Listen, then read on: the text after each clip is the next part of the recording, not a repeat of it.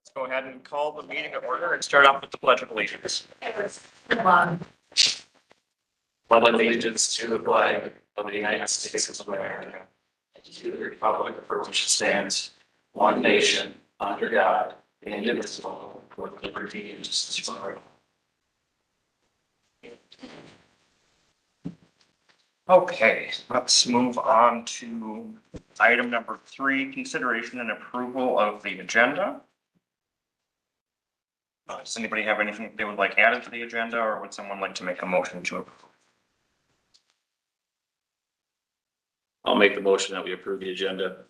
All right, I've got a motion by Kyle I'll second it. and a second by Dave. All those in favor, please signify by saying aye. Aye.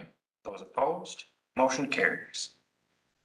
All right, next let's move on to item number 4. This is public forum. This is an opportunity for citizens to present items to the council that are not on the agenda. Each presentation is limited to 3 minutes and a maximum of 15 minutes is set aside. If your item needs follow-up from the city, staff will arrange for time for that. If you'd like to step forward for public forum, please make your way to the podium and state your name and address, and we will hear your concerns. I will ask again, if anybody would like to step forward for public forum, please make your way to the podium. And I will ask for a third and final time if anybody would like to step forward for public forum. Hearing none, we will move on to item number 5, committee reports. Parks and Public Spaces is first. The disc golf is still being worked on for the MOU, so that's still in progress. We talked about the basketball courts. We talked about pickleball, which we're looking at having a special parks meeting to listen to a presentation on pickleball coming up on Monday at 6:30. Is that correct, Brock? Yep.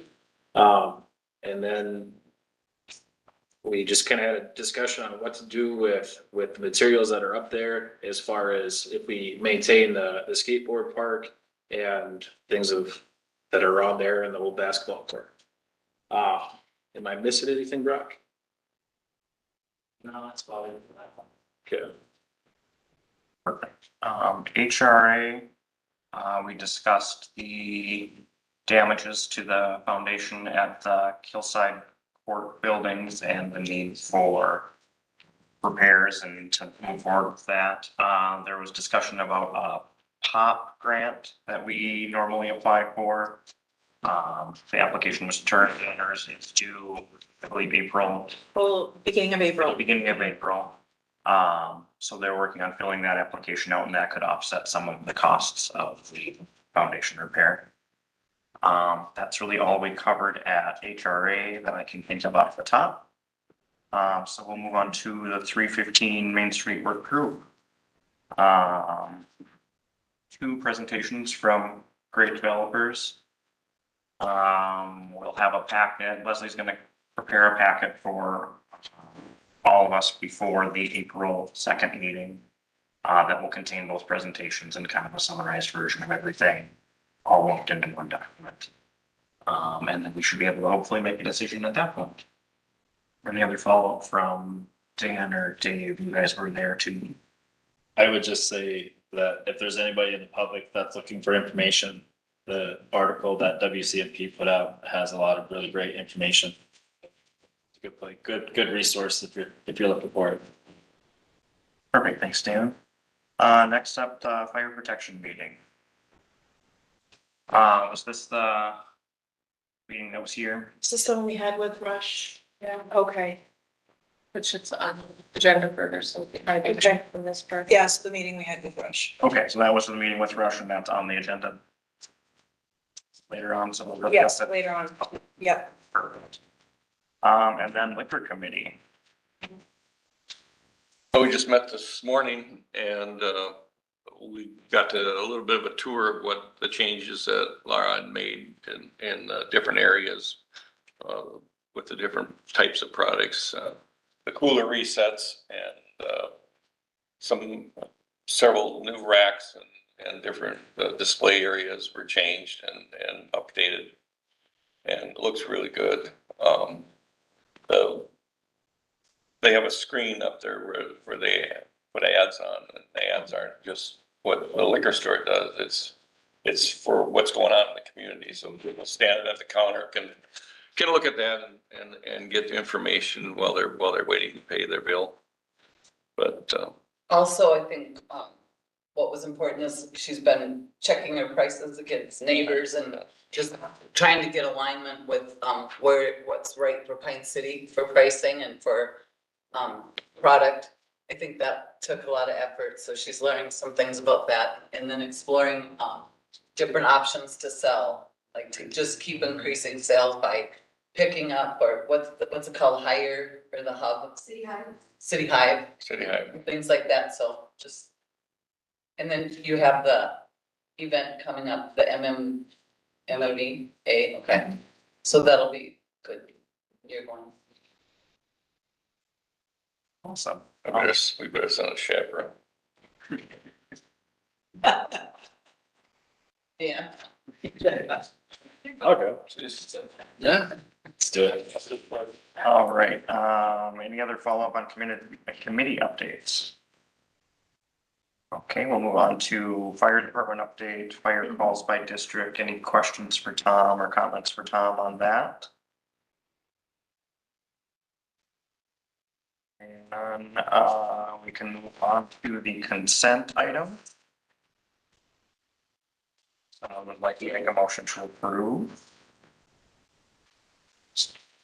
So moved. I'll second it for purposes of discussion. Motion from Gina and a second from Dave. Dave, do you- Well, what I would like to do is I would, under 7.1, March 5th meeting minutes, I would like to pull the minutes concerning the department head reports for at least a month, so I have a chance to do some more review. So you want to approve Everything else. 7.1. Everything else in 7.1 and everything else in the consent except for the department head reports. Okay, so if I'll amend my motion then to, why don't you make the motion and I'll second you?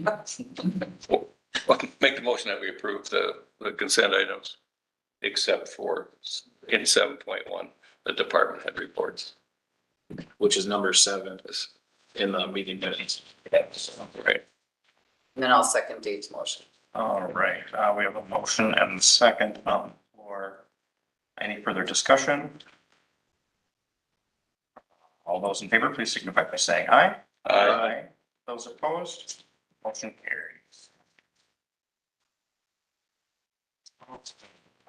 Next, we will move on to old business, 8.1 final city council meetings time survey. Oh, sure. Okay, so these are the final numbers from the poll that Melanie put on the website. And we had, what was it, 32 responses total? Okay, and so from there, here's the results. And there was actually quite a few comments, which Melanie went ahead and Those, put on there. So just for your review as we move forward. Perfect. Any follow-up from council? what's our time frame on figuring this out? I mean, we've been talking about it for 2 or 3 months. I think we're all big enough that we can pick a time and a date without too much trouble. Or our preferences.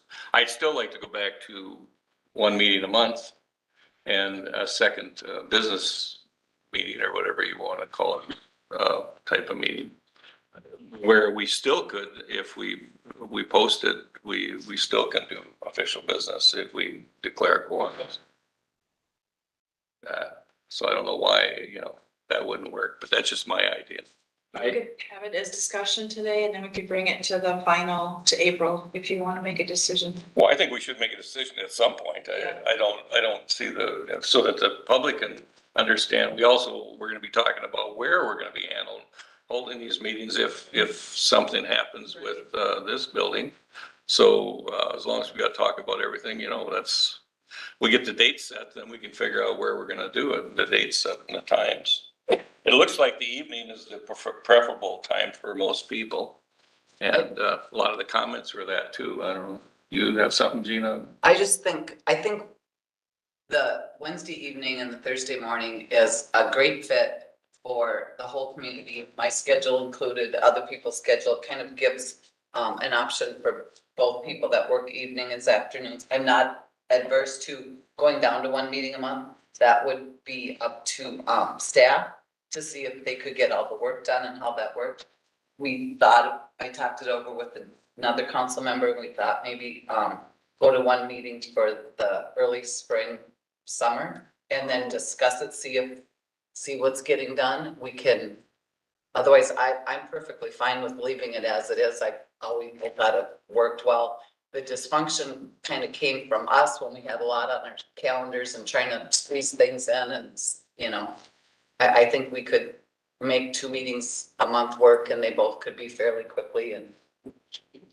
I haven't seen enough evidence to show that we could go down to one meeting. There's actually some patterns that are emerging amongst city staff that are a little bit concerning that I'd like to see addressed over time, so they don't turn into something a lot larger. If we're gonna go based off of the survey, which was the argument that this was gonna be backing, this supports my claim that people prefer Wednesday evenings. If we did a workshop session during the day and you, to Mr. Hill's point, we could still do decisions, that still brings into the possibility that people that work during the day have to take time off to make that. And the problems that I'm seeing is that the majority of the people I talk to work during the day and they would like to come to council meetings at night. And they still feel like there's important decisions being made when they can't come in and voice their concerns. Not every person's job is as flexible as everybody else's. And so that's the part that I'm concerned with, that evening council meetings are better, in my opinion. I understand that doesn't work for everybody's schedule, but it seems like it would work for the majority of the people out there. I don't think, in my opinion, there's any way that we could, I think we could work towards one meeting a month, but when the agendas come through right now, there's so much that we have in front of us. There's so much growth and change that's happening in our community that's going to continue to happen, that I think it's a good goal, but I think we've done a really good job of trying to honor the spirit of the business meeting being in the evening currently, and this being more of a work session.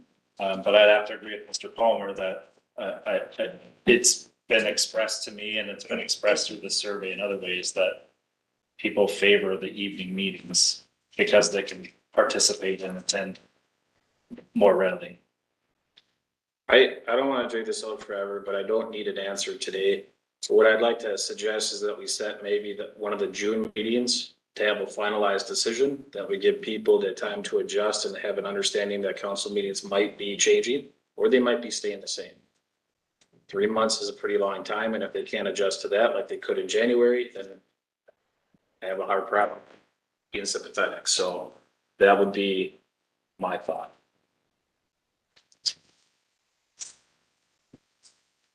Further follow-up from council.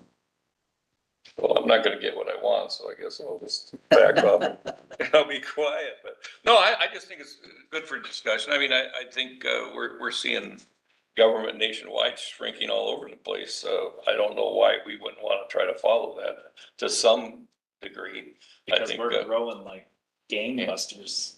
That's why. okay. Well, I'll agree to disagree. All right, let's move on then to 8.2 city council meeting location. This again, open the discussion on something could be happening very soon. So what are our thoughts? We have multiple locations. We could, the library, the floating pop-up you had mentioned. I think we're fine with April. But we need to have something set. I did think about setting up the community room in a council arrangement for you to see how you think that would look and work for a visual.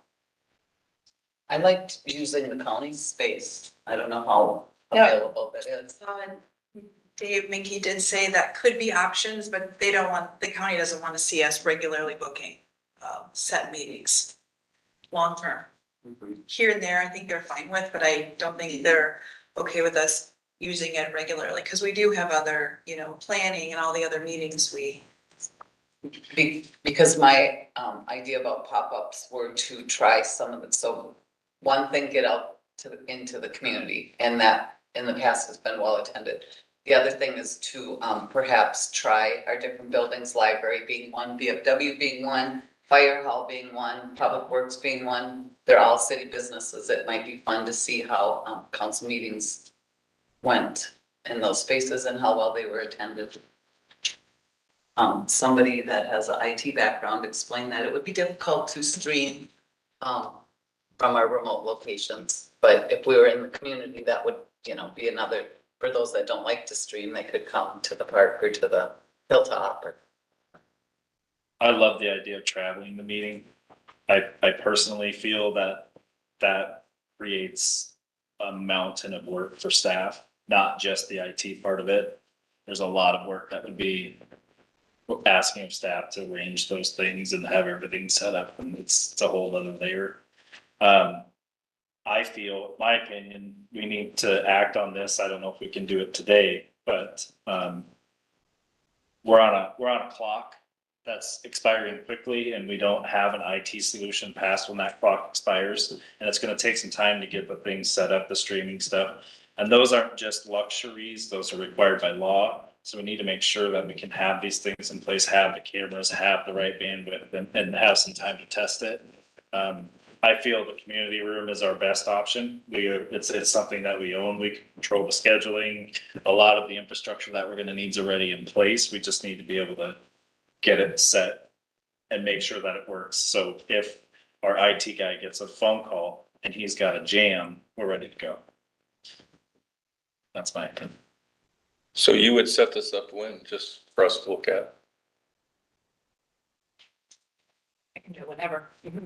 I feel like our community room is so busy with community people that have built it over the years that I want to be mindful of us as a council just stepping in and overtaking it, because I don't agree with that at all. Like, I think us using it is a great idea, but I would just be mindful of how much, because the community built it for the community. It's not a council chambers, so. That says right in the agreements and stuff that if the city needs it, that we have Yep. first priority and first precedent for scheduling. and It's just things like my that. opinion. It's just, I understand how legal works. I just think the community room is a community room that was built by the community. And because we are getting rid of this just to go in there, and if we don't overtake it, that's fine. But I just want to be mindful of that and all the people and all their hard work. So. I think the part to consider is that if we went there, would it just be the council meetings that we have there, in which case you're talking about 2 meetings, or are we talking about all the committees be held there? And I know a lot of the committees have been held up at Hillside. Maybe there's some options to find options for committee meetings in other locations so we don't disrupt them. But I don't think it's unreasonable to say that our 2 council meetings a month are gonna go into the community. 2 seems doable. I think that's a different conversation than all of our committees move over there, move into a space that we're then fighting with the calendar, fighting with some other people's schedules. Cause we can still WebEx from 10:15, right? Yes, we can. Because there are certain committees that require that is recorded in WebEx. Yeah, I would think that planning would need to be in the community room as well, just because we do have the public hearings and we do tend to get a crowd with that particular meeting. We want the space of the community room for that. So that'd be the 3rd meeting there. I guess that the only other thing I would say is that there's another space that's often underutilized, which is the meeting room in the fire hall. So I understand. We're gonna just have citizens go get locked in for 4 hours when we're on fire alarm, because everything goes to fire and parking is side there. well, and they might have to walk a little bit, so.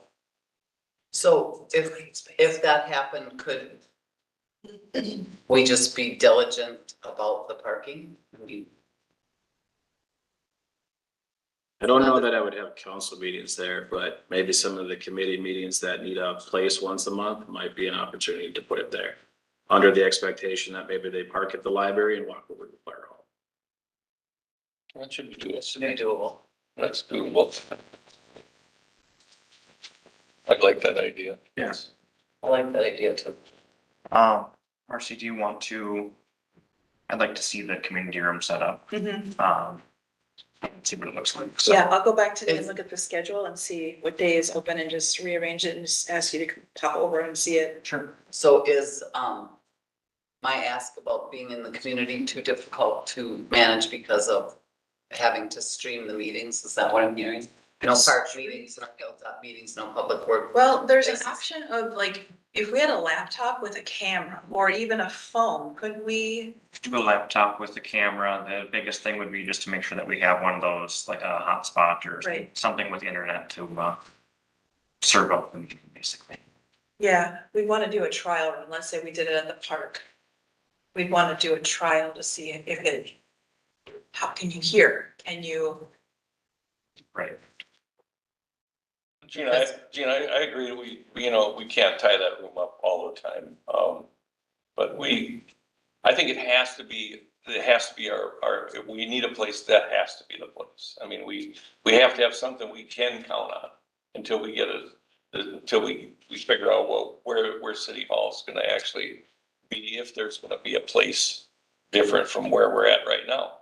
And, so we got some homework to do that, so, then, yeah, but we still have to have a place we can rely on.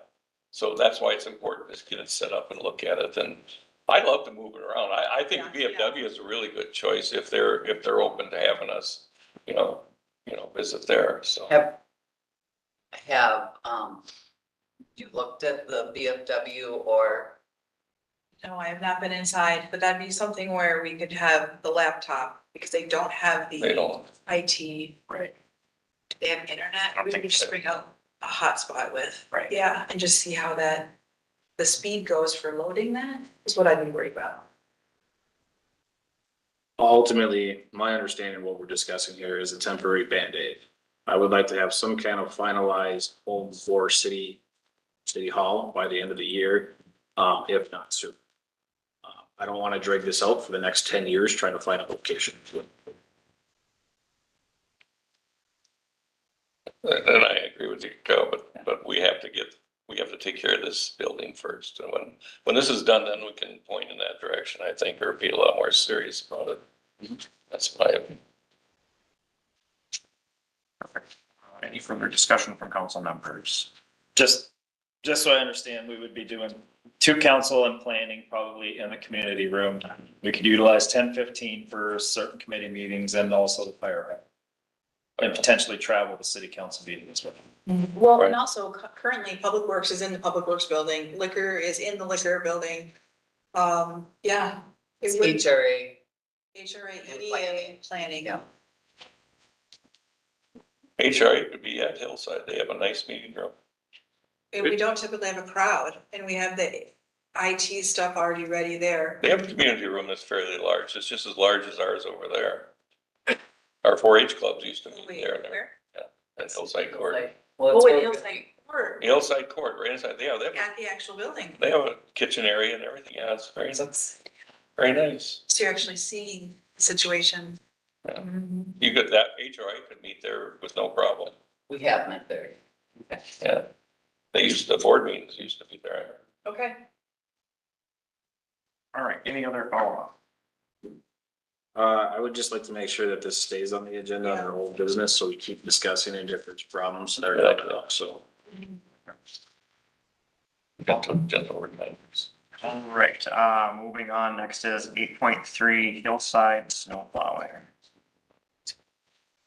I heard back from the county that, and it's confirmation of what we thought, that there is nothing in writing. There is no agreement for the plowing of, the county is now doing the bridge.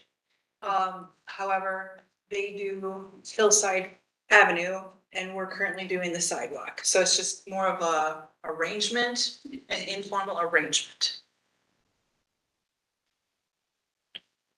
How can we formalize that arrangement? Does there need to be a written agreement in place? We'll keep working on a handshake deal. I'm not really a big fan of handshake deals and maintaining other people's stuff. I understand the importance of people that travel that sidewalk. But as far as when I look at priority for snow plowing, that would be pretty low on the priority in my world. And to Lori's point last time, I mean, yes, the county does keep piling snow back on top of it. It seems like the toolcat maybe isn't the best option. Maybe there's different options out there with using a wing plow. I don't know. I'm not a plow expert, but there's a lot of time that goes into maintaining that sidewalk when there's probably a priority for the rest of the city so that they can get to and from their jobs and other community events. We can't lose sight of one thing. If you travel in that area at all and spend any time going back and forth down that street and that road towards Walmart or wherever, you see lots of handicapped people. And I mean lots, not just a few. There's walkers and wheelchairs and crippled up people trying to make it. And they do a pretty good job. And I think the staff has done a great job of keeping it clean to this point. I know we shouldn't maintain, other people's property, but I think this is just because it's a county road or which it is now from a state road. It goes through our town. And so we need to, I think as a community, make sure that these people are taken care of too, because they're a valuable resource too. So. Well, this all came about because the county or an individual from the county contacted me regarding the snow that got plowed back out into Hillside. And if we plow snow out, if a resident plows snow out into the road, that's trouble. We can't be doing that as a city either. But if they're also complaining because there's no place to put it, then maybe they should be maintained. I think we can take one step further and as long as, you're on Public Works, I'm on Public Works. I don't see anything wrong with asking the county to come in and let's have a powwow. I think we can iron this out with just people talking and then a formal written agreement, because I like written agreements too. I don't just like the handshake thing. So, and we found that it's working out pretty good now, so we might as well keep on that same path. So that's what my suggestion will be, and I will reach out to the county through staff to find out if we can get a powwow together.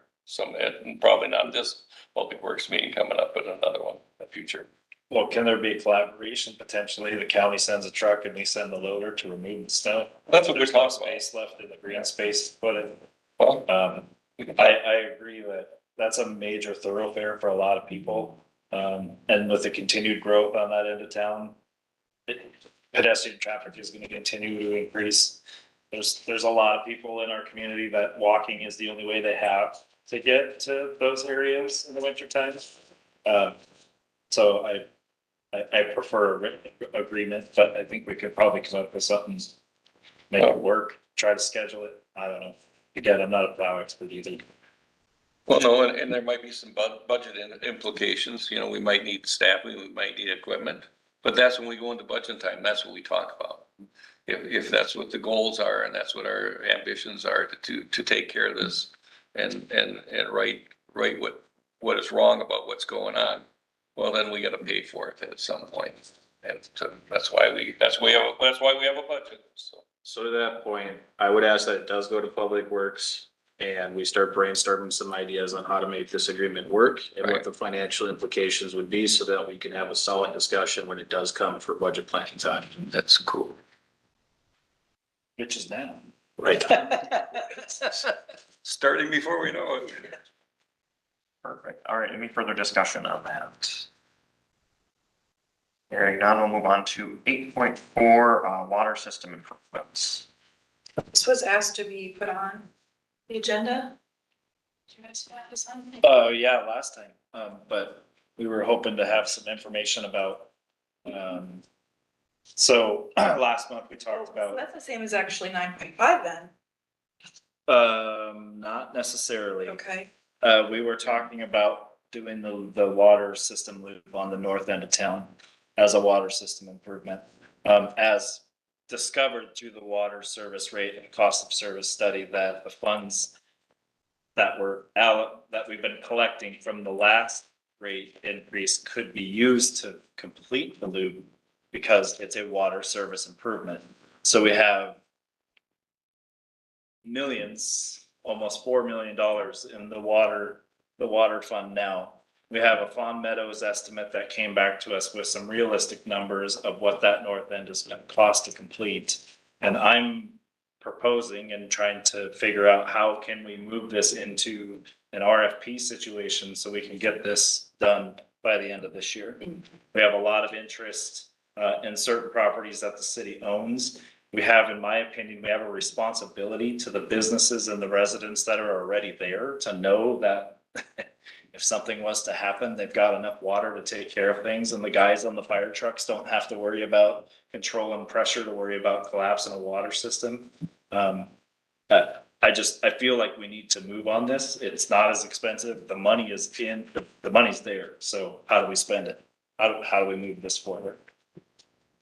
Well, I think there's another equation. Part of this equation is to do with the engineering on it. I know there's been some stuff done up in that development before. I can remember in the past that we talked about whether these studies are valid anymore, probably not. But we need to probably bring Greg in and sit down, bring him into Public Works and sit down and talk about, you know, what's there now, what do we need? We already did a little bit when we had some discussions with him before about, you know, this whole area and engineering the final overcoat that hasn't been done, along with maybe adding infrastructure to some of the new areas that can be developed and do it in stages. I don't know. But the water line loop is the most important thing. And you're right on that as far as. I'm not disagreeing with you, but Yeah. The feasibility analysis that was paid for the Fawn Meadows redevelopment answers all of those questions. All the information is contained in there for the water part of it. And that's why I think now is the time to move, because we have fresh numbers. We know what it's gonna cost. It's fresh in SEH. It wouldn't take Greg long to get RFPs out and we could have this scheduled. And again, we have the money. It's totally available to us. The infrastructure and stuff like that, we're gonna have to deal with that really soon too. There's a developer that's getting ready to build 25 houses up there. He's got, that's almost done. So we've got some responsibilities coming up in that end too, but. Well, your point's well taken, you know, but the water part is the one part. That's only one part of it. Right. The study didn't go into what it would take to finish everything else off that hasn't been finished. I mean, It's so, got price tags to it. well, there were estimates. We found out that hasn't been very good in the last couple of years. So, Regardless of whether that development's developed or not, a north loop would be beneficial to businesses, right. the development, everybody that's up on that end. If we brought it to Public Works and we asked Greg to be there, I don't know if he would be there next Friday. And our next Public Works meeting was May. If we're actually gonna pull the trigger and move forward on this, that doesn't give contractors a lot of time to propose an RFP. And things get really expensive when you're going out and trying to drag everybody in. If the end goal is to have this done by the end of the year, I do think it needs to come back to the April meeting to give Greg direction to put it out for RFP for doing this. And he told us that, I don't remember what meeting was that, but he told us that it would be something that he thought a utility contractor who would work out well with scheduling for them to come in the fall Yes. and shoot underneath It would the. not be a lengthy Right. process. That It would be wasn't- done this year. Yeah, that wasn't at a council meeting, that was at a joint meeting. Right. Yeah, we tried. Yeah, I couldn't. Which meetings? So blended together.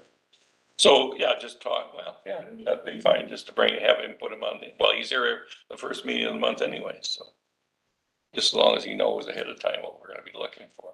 So either we can wait until that meeting to take a vote and have action on giving them direction to move forward with that, or we could come up with a vote and give direction to them to put out for RFP now for the cost of that North Water Loop. I would make a motion that we give them direction now to put out for RFP on the North Line water loop. I feel like, I'm just going to go back to our original conversation.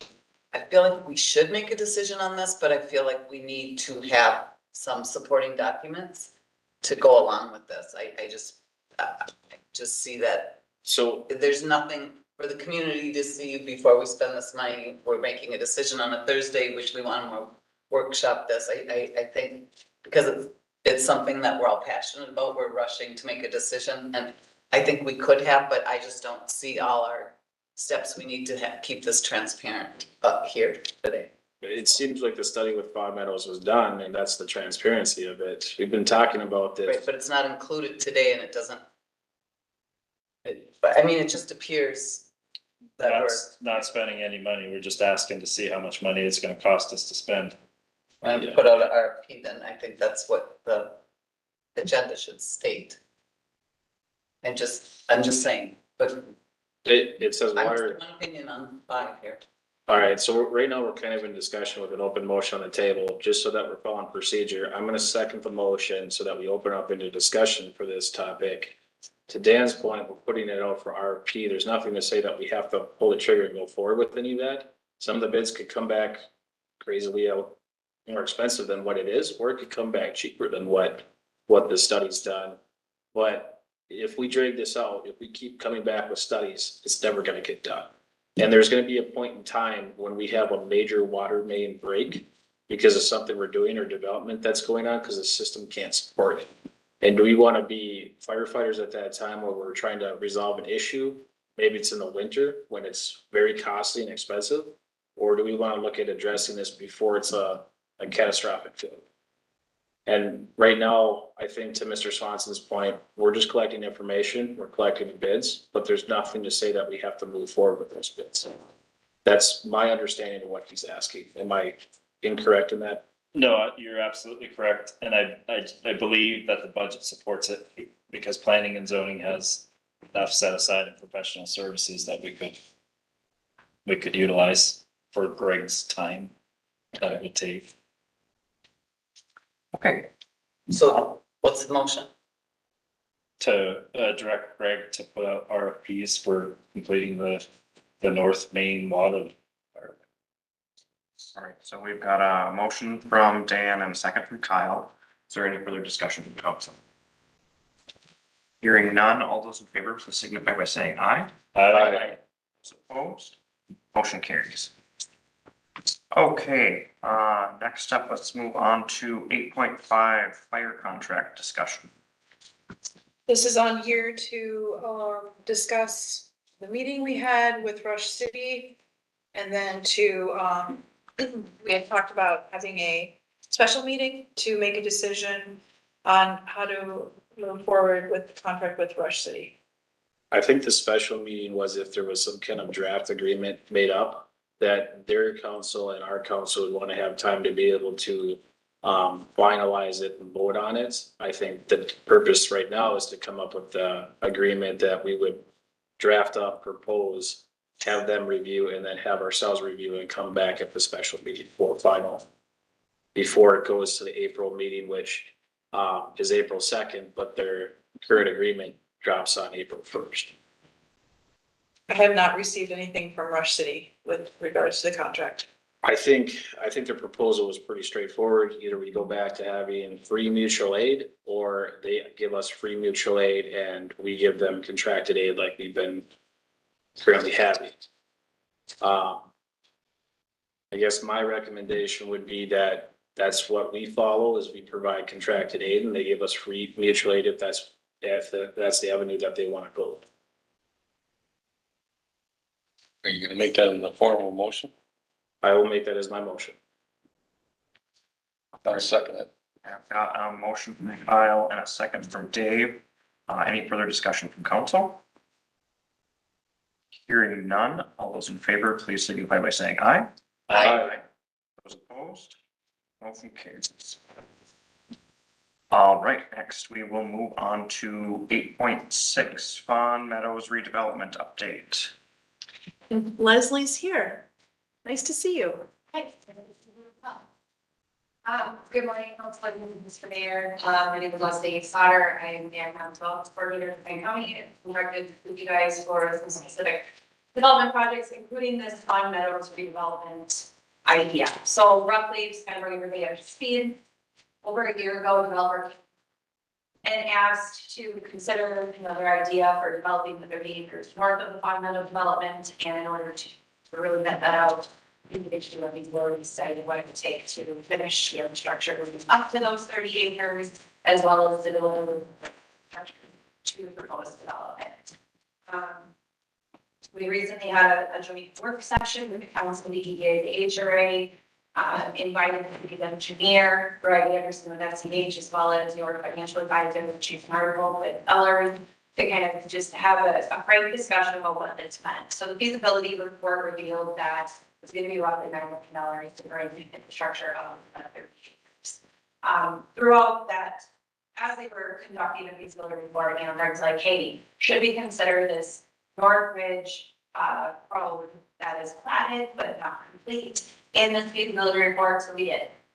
And that one was roughly, we'll say, 1.2 million to finish that road that is platted, and it would bring sewer and water services to about 20 empty single family lots as they are platted today. The conundrum for the feasibility report was that roughly each one of these lots would have $150,000 for the road, sewer and water, which then being followed up with the value of the construction makes it kind of affordable in our current market, and doesn't leave a good profit for your developers, so we didn't really, yeah. So before you, we kind of have a lengthy memo, which is kind of breaking it down, what you have in front of you and what decisions should be made in the near future. One is the property owners of those platted parcels should be notified that this has been moving along. We've attempted that. Everybody got a letter that the work session is happening. Phone calls have been made. 2 out of the 3, so only 3 total property owners own those parcels. 2 out of 3 have reached out. They're, you know, entertaining guidance. Like it's intriguing. It would create, you know, the lots. The 3rd one has not responded. So we can continue those efforts, but one strategy would be to actually do an improvement hearing, because then we get the paperwork that says there's how much you're going to be financially impacted by this project. Once we call that improvement hearing, though, kind of have to be ready to move forward with the project, because it expired so long. Crazy life next year, but so you have 1 year after that improvement hearing to kind of make a decision. So the real true next step is to bring this feasibility report, specifically what we call it the green project, because if you go to the slides that Greg had provided, the North Ridge Drive project is that $1.2 million project. It's shown in green. And so call it the green project, it's easy to refer to it as the North Ridge Drive. If you proceeded forward with that, you want to be very pragmatic about it and look at your roads, water, and sewer, and not just say this is a high priority because it's shining in today. Look at that 10-year plan that SEH did for you based on your current road conditions and insert it wherever it fits in your priorities. And then once it comes up to the top of your priority list, embark on this improvement hearing and look at it. It wouldn't be until that project is complete that the 30 acres more than one, it really truly treats it to and kind of jumping ahead, but the future of Outlaw A, you know, have kind of 2 paths. One is you can issue an RFP for it in hopes that someday you're going to complete that big project and someone will come out there and develop it. The other options you could consider working with the HRA and they could be the owner of it and then eventually redevelop it or develop it out as your house the redevelopment authority. But in my professional opinion, given our staffing constraints and limited budget, I don't know if that's really something you should consider. I'm telling you what to do, but it would be very difficult for the current HRA as it stands to embark on a 30-acre, you know, pretty big project. You see cities of similar sizes working on six parcels versus, you know, hundreds of parcels. So I believe, you know, as I outlined in this memo, is you take the smaller project, include it in your CIP, wait for it to rise to the top. Once it's done, then you issue an RFP for those 30 acres to bring a private developer in to do what they want to do out there. Build the infrastructure themselves to the city standards that then they accept and adopt back into, you know, your street plan, rather than taking on a $9 million infrastructure project, which isn't something the city has done in the past. So That's what's in front of you. The other part that I kind of skipped over was, once you put it in your, capital improvement plan, probably should refresh your housing study. So the last type of housing study, like a blanket housing study with some organization, 2016, that's literal time ago. You've done some market analysis for the downtown area, looking for developers for the former build site.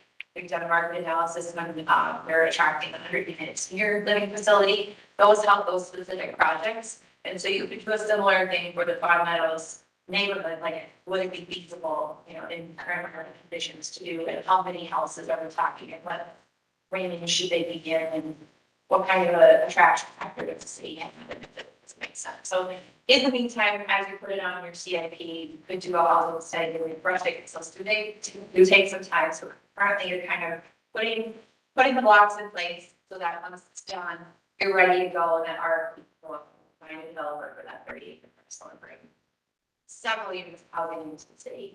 But I just wanted to bring that up for you because it was a follow-up to that work session. Don't need any action today, but I do think, as you had mentioned with your Public Works Committee meeting coming up, that this probably should go in soon so that it can get on that capital improvement plan. And, you brought up the water, which is included in part of that. It doesn't serve just those parcels. It is a citywide benefit. So it doesn't impact necessarily the special assessments to those parcels. If it is a citywide, and just things to consider. It's all not for naught. It's a $9 million project. We don't need to throw it aside. Come up with a plan moving forward. How we use this information to continue growth and development for the city. So, any questions? That was a lot. Thank you. You could. Too many notes. I have, so I was doing my best to, follow, because I see that you have it very pragmatically laid out and something practical that could be done, and so it isn't so overwhelming. But a question that I'm mulling over, so the last housing study we had done for the city was 2016, and then the title of the other studies that we've done have been more marketing studies that were specific to a project. So could you tell me the cost difference to the city if we did a citywide housing study versus just a market study for the Farm Meadows area? I don't know if Approximately. but typically there's about $5,000 difference. Okay. I mean, back in 2016 to do a housing study for a city, about 10 grand. The regional one that you participated in was about 40 grand, and we did that regionally, so it was a lot less for the city to participate because we spread it across all the participating jurisdictions. I want to say roughly it was 3 to 5 grand who was participating. I want to say the senior housing one was possibly 3 grand. This was pretty targeted. The downtown one might have been roughly the same. With inflationary increases happening, I would say maybe 5 to 10 is the next ballpark. All right, because we're gonna have to do one or maybe possibly both, I don't know. And I put it in their 2025 budget this year to potentially, because if this had shook out a little bit differently and it was a little bit more urgent, they were prepared to come to the table with that. So, it's something that we can have, especially with that, we should put our budget every year, where you weren't that nice when it does happen. While I acknowledge that they don't quite have the capacity to take on further development, they can be a partner in providing some of those background, pieces to help the deal table. So timing is really pretty good then. I mean, get the study done while we're working on getting this water line installed.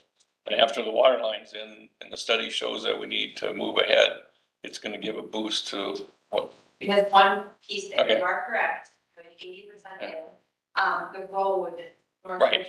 Not just the water, but Right. like sewer and water and the road, so that those 20 parcels can get developed. Right. And then yes. So And that that, currently is estimated at 1.2 million. yes.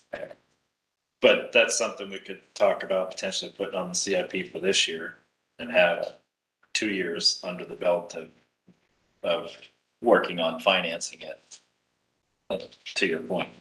Well, that's great too about just looping infrastructure through some of the area, even though we didn't put roads in. And he said it wasn't a bad idea because everything settles pretty good then and the road beds are easier. So I don't. But good job. Yeah, progress. Yeah.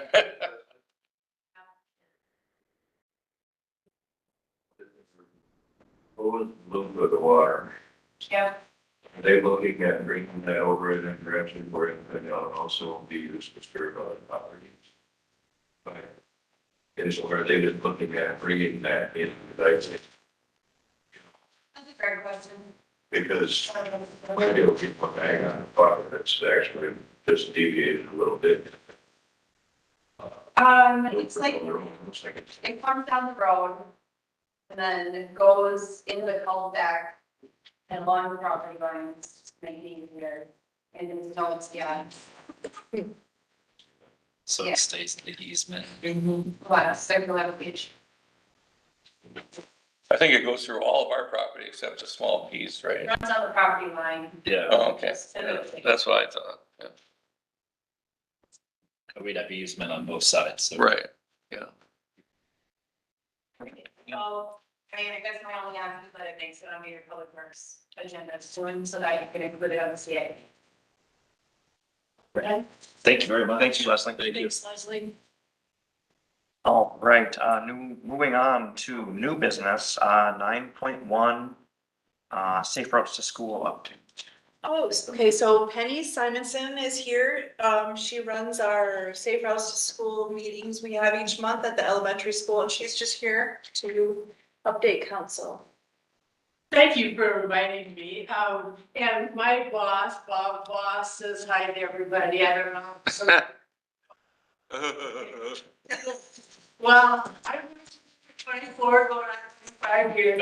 The I speaks fondly of you and we talk about Pine City on a regular basis in our office. So, thank you. It's probably 25 years ago that Jim Overstar shepherded the idea of safe routes to school planning, in the state of Minnesota and, across the country. And when it started, it was all kind of geared toward, getting people out walking and biking more, because they're finding that, people were being more sedentary and the health issues. That was, Jim's push initially. And of course, as time goes by, things kind of change and things migrate a little bit. But one of the things that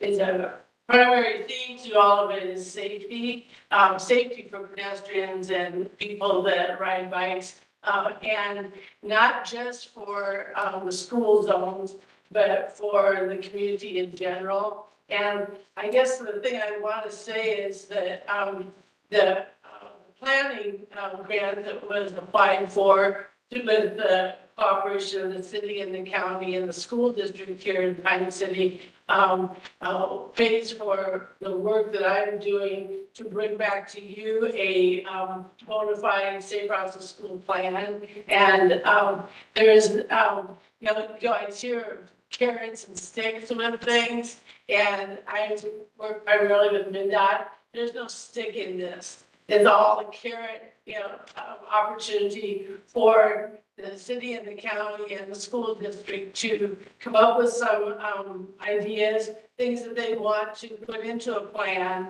And that falls into, I'll just go over real quickly, the 5 different categories.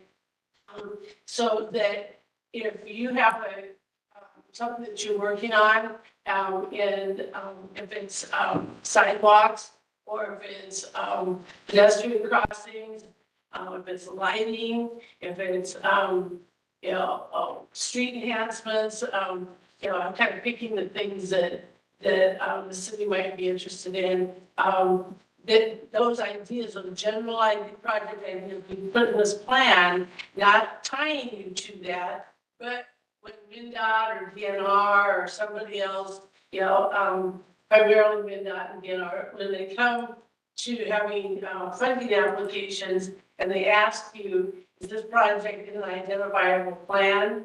You can say, yes, it is. It's identified in the 2025 Pine City St. Bronson School Plan, and usually you get a score better. And, so that's the carrot. The primary categories, they're all keys, enforcement, things like, increasing or continuing the crossing guard, services in and around the schools. Could be, like the speed feedback signs, and those are examples. MinDOT has money for infrastructure and for non-infrastructure things, like non-infrastructure things would be like bike racks, and not just, not just at the school, it could be in other places in the community. They consider a 1 mile radius and then a 2 mile radius, expecting that people, the farthest they're gonna walk is a 2 mile radius. And so when you look at the community of Pine City, and where your schools are located, the community overlaps that. And so it's really is a community-wide planning effort that it was taking place, and that's good because a lot, and that's one of the things I really like about Pine City is most of your schools are very walkable. They aren't 3 miles out, because that's a challenge, and usually they don't qualify too much for a St. Bronson school plan. So the other things like education, if it's classroom safety, for walking and biking, encouragement, things like bike rodeos and walk to school days. It could be community club incentives for walking and biking. These are all the non-infrastructure things. And then the engineering things, because that's an E, falls into like the crosswalks, the sidewalk things. And when we're talking about growth and future development, there could be things put into this plan to identify and do, that this is existing areas, and these are areas that we look at that are going to be filled out, and we'll want to include some of those ideas as well. I'll give you some examples of communities in the 5 county areas that we cover that have access funding. And I wanted to say really quickly, my passion is on this is that, it gives you an opportunity to leverage as much of your local money to be able to tap into state and federal money at a higher rate. Princeton, for example, around their school, the middle school, they've received about $800,000 for sidewalk improvement and a 20% match. Their engagement is $160,000. So they got $1 million worth of sidewalk, and it cost them $160,000. And that all kind of started with them with their safe process school planning. And so if it's crosswalk lights, well, all the things I mentioned, previously, I know time-wise, I don't go on and on, but, the key thing to me is, being able so that you can spend your money, stretch it farther.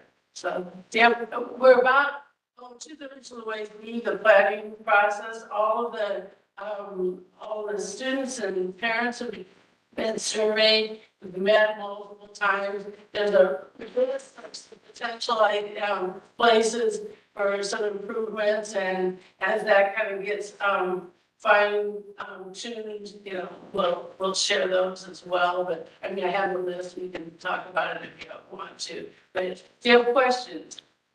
Do we need to take action as a body recognizing this?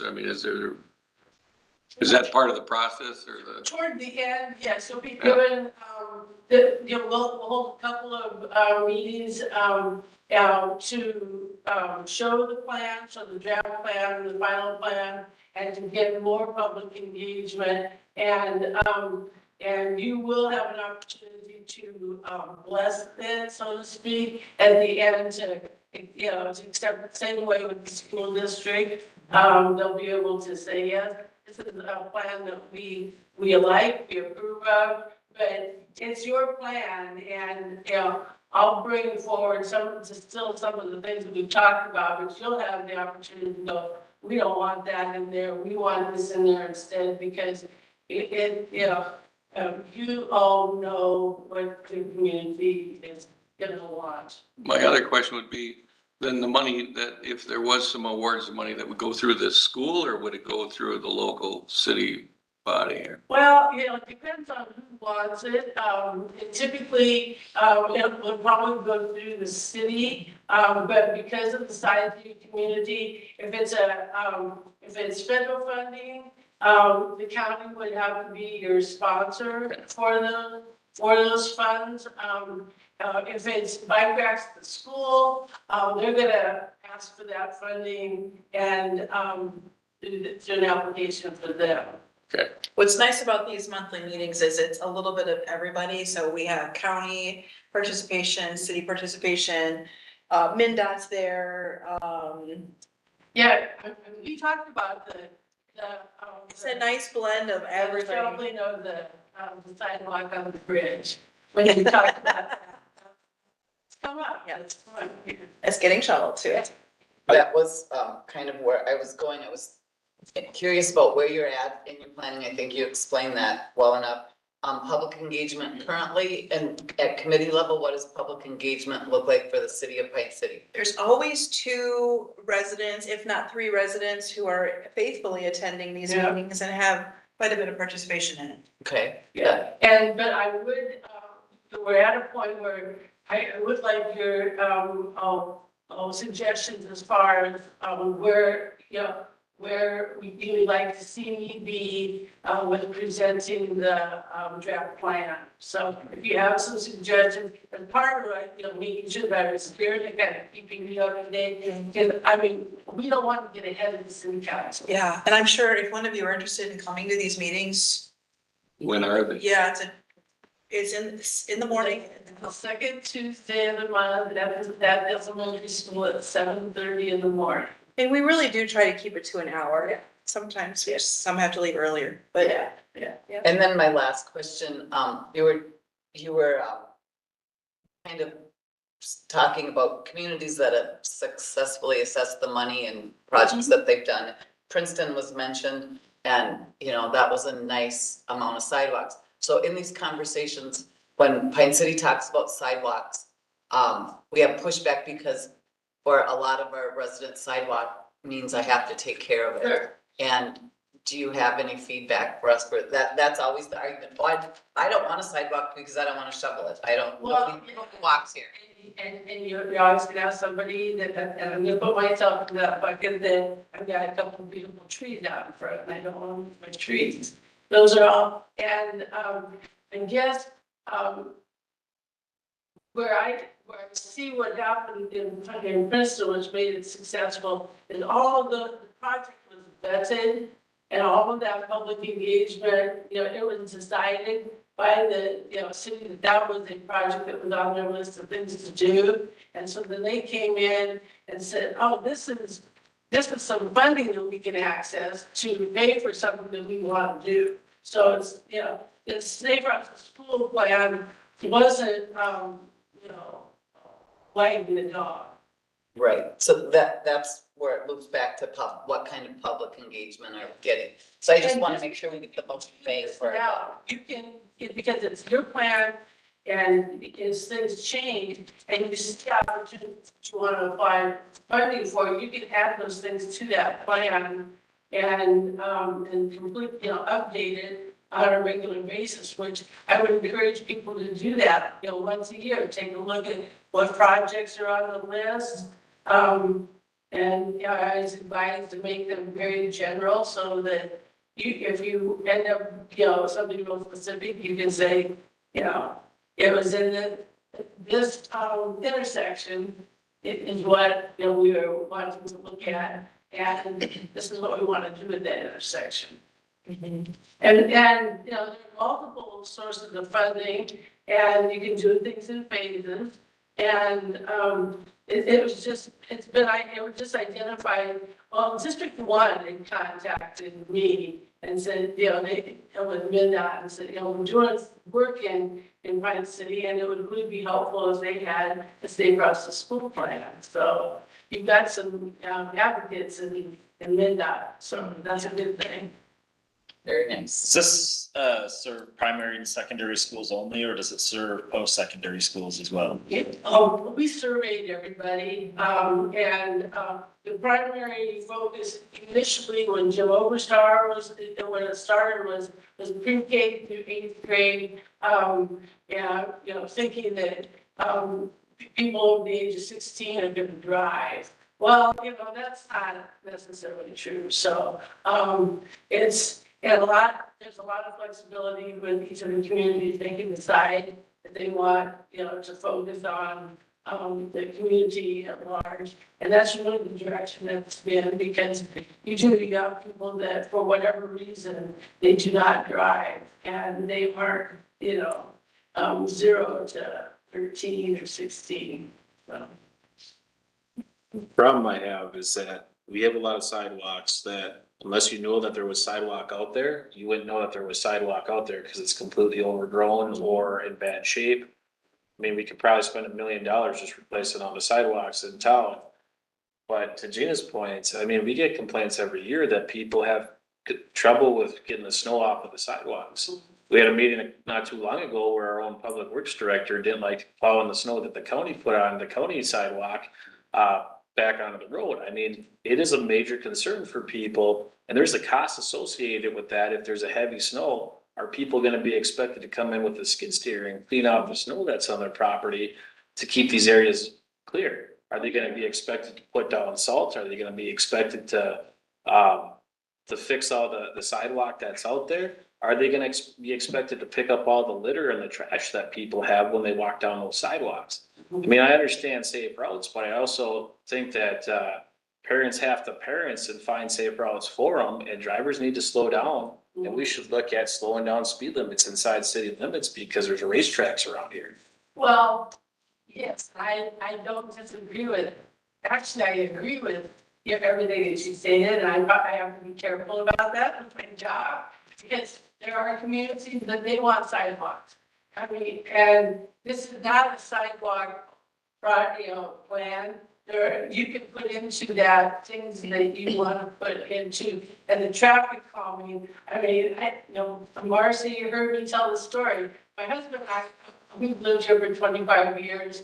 I'm a Simonson, he's in Van Huysen. I don't know if you remember Paul Van Huysen, that was the city mayor in Henriette for years. He's my brother-in-law. And so we were having lunch and brunch at Mia's, and we eat there routinely, and we live over by Isle, but we do a lot of things here in Pine City. And we had lunch there, and unusual for the two of us, we were talking, after looking at each other, we're talking, and we stepped out into the street right here, that like what we've done for 25 years, only paid no attention to the signal. And we saw our lives come before us with a big red truck that came by.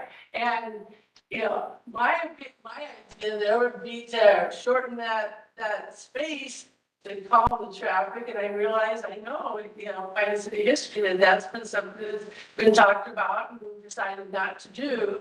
But that day for me, that would have been helpful if I would have had a refuge a little closer to me as we're crossing the street. I mean, I left my husband in the middle of the street because I could move faster than him. And Survival. I mean, traffic calming down. If it was me making this plan, I would put traffic calming on the top of the list. But, so you can decide not to put sidewalks in the plan. I mean, if that's something you don't want to address, we can put those as down the priority, so. And then for my notes, can you 5 categories, so I thought you said they all started with E, so I only have 2. Enforcement, education, encouragement, the evaluation, I didn't talk about that. Those are the community surveys and the student surveys and the parent surveys to find out, because it is interesting to find out people's opinions and attitudes about walking and biking. I mean, in the 5-county area, when I did the Taylor's Falls one, everybody felt very, very safe walking. There were no risks.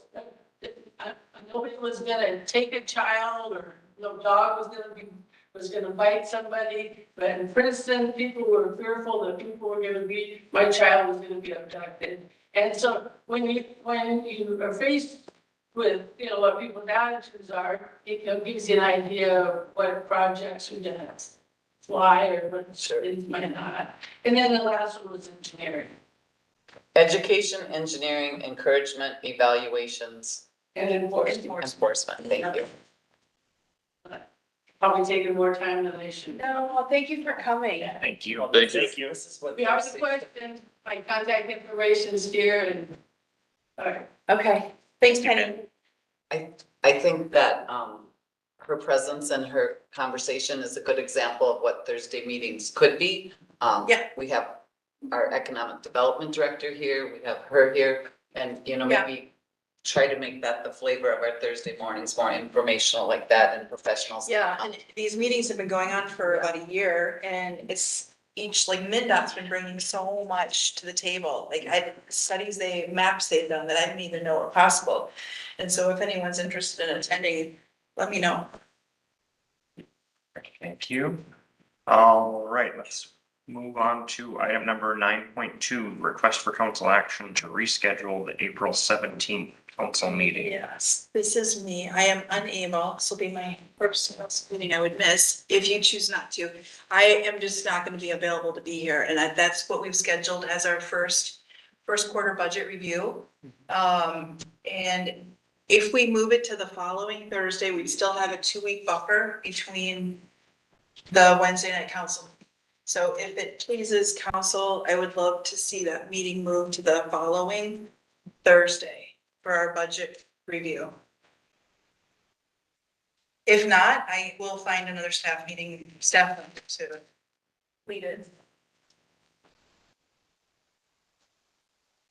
Works for me, that works into my schedule. I'll go ahead and make a motion to, reschedule April 17th council meeting to April 24th. I'll second. All right, got a motion from Gina and a second from, was that from Kyle? Correct. From Kyle. Any further discussion? Hearing none, all those in favor, please signify by saying aye. Aye. Those opposed? Motion carries. Thank you so much. I appreciate it. All right, next up, we will move on to 9.3, parks storage. I'm not sure who requested to have this on, but it's something we do need to address about, because currently Brock uses this space here in the garage. And he's been filtering it here and there to, Hilltop, I believe, is also being used, City Hall is being used. Brock, do you want to talk about this at all? I still have quite a bit of stuff. Birthday boy. Today is his Well, birthday. happy birthday. Happy birthday. If you wanted to sing to him. Happy birthday to you. I still have quite a bit of stuff in this garage. Stuff.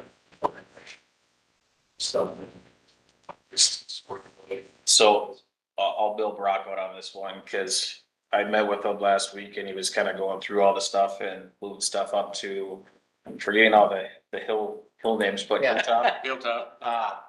And it sounds like there was some pushback with the MOU agreement and with this building possibly going away. We can't just forget about Brock, and I know that the fire hall and I know that Public Works is both very full. And I want to have a solid option for him to move in and actually be able to have a working space where he can work on stuff and not just out in the elements kind of thing. So I asked that this get put on the agenda.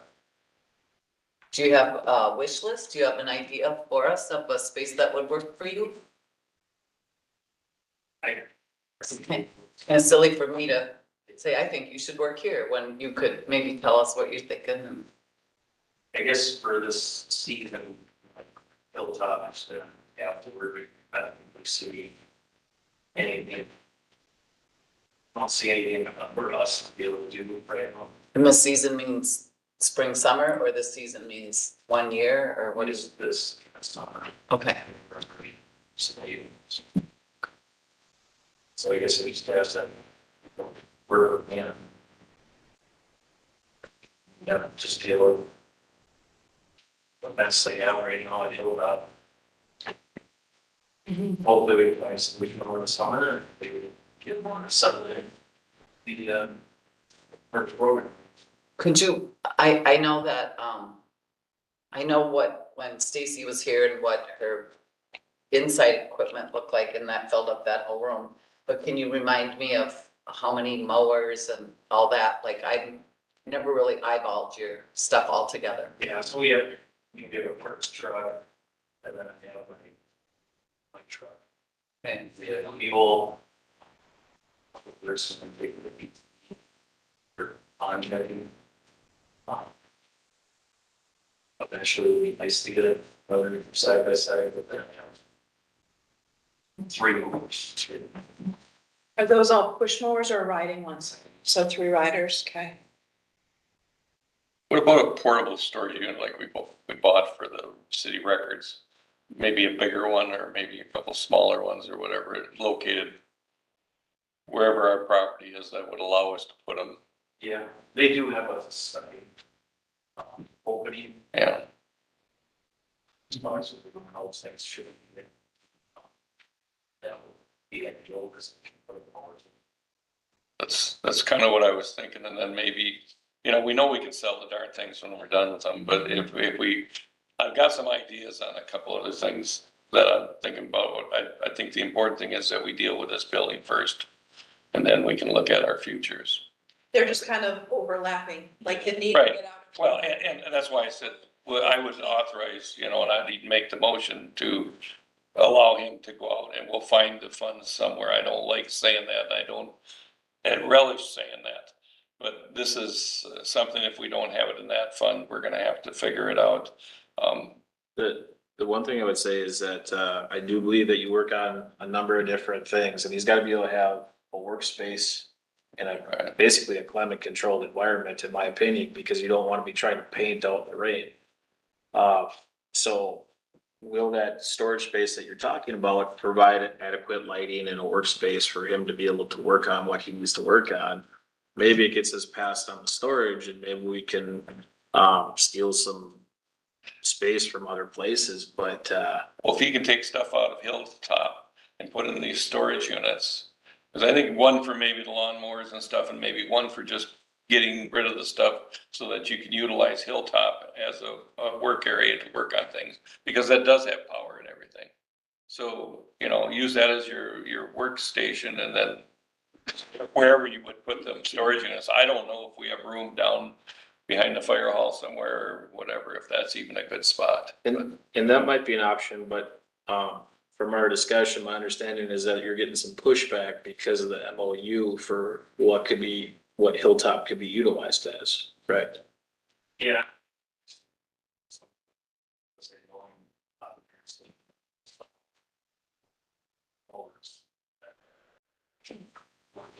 So. You said there was some big shelving down in this when you were talking to me about when we were walking around. The calendar actually, it's out there, we're gonna bring tools. Stuff. The pumps you were talking there, possibly you could use that for pumps more. You could maybe allude to this a little bit, but if we were, because I know the pumps are, when we were out there, looked like they were kind of spread out. You can't stack them together because you can't take parts off them that way, but on the pallet rack, it would work pretty good, I would think. And if that would free up some area, would that be enough area to park that in Zamboni for a few months until we can get this figured out? In the fall, they're gonna want to back up there anyway. But that would give you the shop for the summer and something with power, so we wouldn't have to find something else. Park your truck indoors? I mean, do you have tools and all that? All these options come out, so that if I go longer or something. Moment. That's not everything. Everything we get out there. That's not a huge, that's just mowers.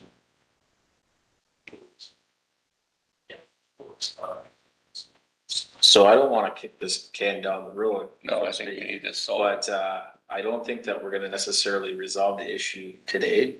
My ask is that Brock come up with a list of potential opportunities, whether it's, storage containers, other buildings, Hilltop, Come up with a list of viable options and bring it back to the next council meeting for us to have, move forward with something. Can we potentially up to and including having to purchase property? I would like to entertain that idea. We're just entertaining it. We're not giving direction on purchasing it, so. Right. But that would give us a complete from temporary to Right. permanent place to start looking. Yeah. Okay. Yeah, thank you. That's a great idea. Thanks, Brock. Thanks, Brock. All right, any further discussion on park storage? Hearing none, we'll move on to 9.4. This is the street sweeping schedule. I believe another council member has to have this on as well, and I believe it's just to see if there's an idea on how the schedule looks. I mean, it's drying up and the snow's going away. There's a lot of sand out there and things are starting to melt. And I just want to get an idea on when the street sweeper is gonna be out there picking this stuff up, because the last thing I want to see is all this stuff go into the waterways. Plug up our storm drains. Just kind of want to see what's out there for the schedule. The first day is about freezing in the morning. And can I just ask, I don't understand why, but why is it, above freezing for, Because the sweeper has water that it uses to okay, wet the material. okay, And if it's, it's one of those 23 degrees, it freezes up. and I get that. I do know a couple weeks ago, we had some beautiful weather, so, There's like a rain to be later. But we'll get out there. okay, But I knew there was potential snow coming. So I try not to do it twice because they're telling me to spread sand on the road and on the highway. And that's the biggest area with sand. It's not- okay. There's, speed stuff that going on and pine streets, but yeah. Okay, Typically, once we get all our spring weed done, we try to get through everything once. And then we knock back, in the middle of summer, back to Fridays. Or if nights get rainy, we'll maybe sleep on Thursday morning, but we try to do it at 3 a.m. So it's not a lot of people parked on the streets. okay, fair enough. Thank you. Thanks, Marie. All right, moving on then to 9.5, water service rate and cost of service study. This was continued from the previous council meeting where we updated on our meeting with Ellers. And council requested that we get, some proposals.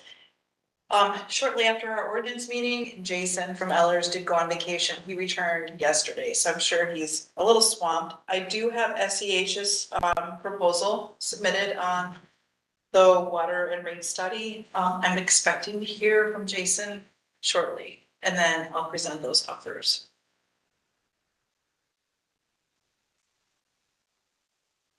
Any follow-up from council members? So I just encourage Marcy to pursue this, as she's doing it and we can't let this go. I've gotten contacted by 2 or 3 more businesses, car washes and that's, and people are watching this, so we need to do our due diligence and we had planned on doing that anyway, but this is an important subject that we need to get reviewed.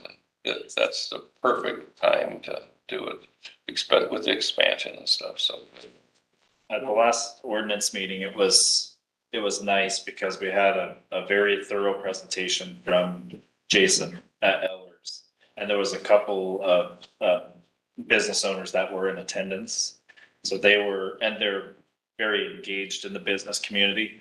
So they were able to see exactly what it takes for us to make any adjustments there. Yeah. And I actually asked them and thanked them for being there and asked them both to please help us champion and microphone that if there was a way for us to just make a change, we would make a change, but there's a lot that goes into it.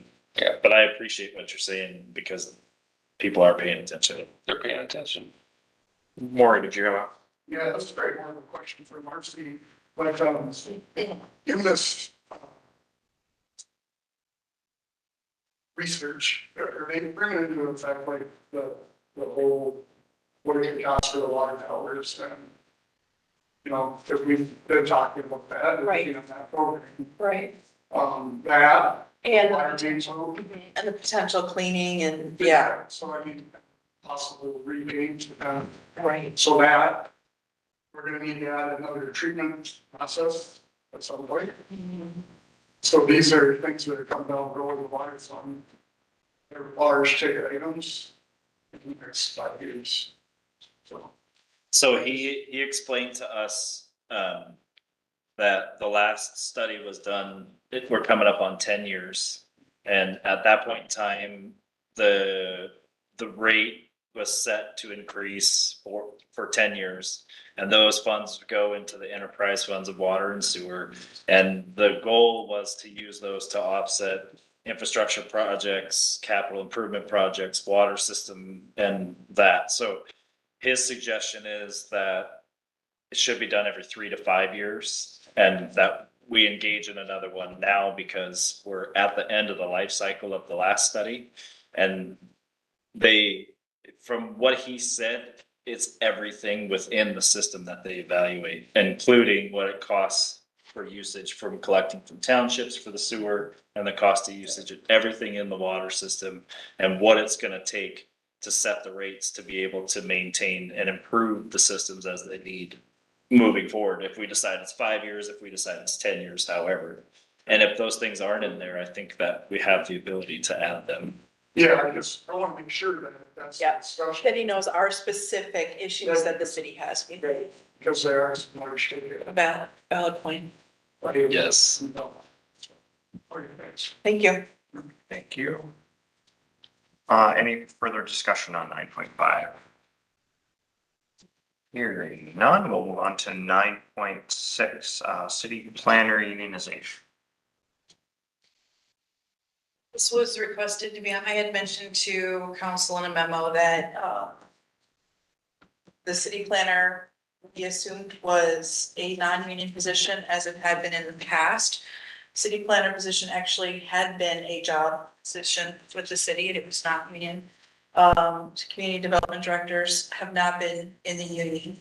And we had some lack of communication, miscommunication, however you want to explain it. And, we proceeded, we didn't have feedback, we proceeded with this position as non-union. And we were told last month that it is in fact a union. We petitioned it, went to the state, had a meeting with them.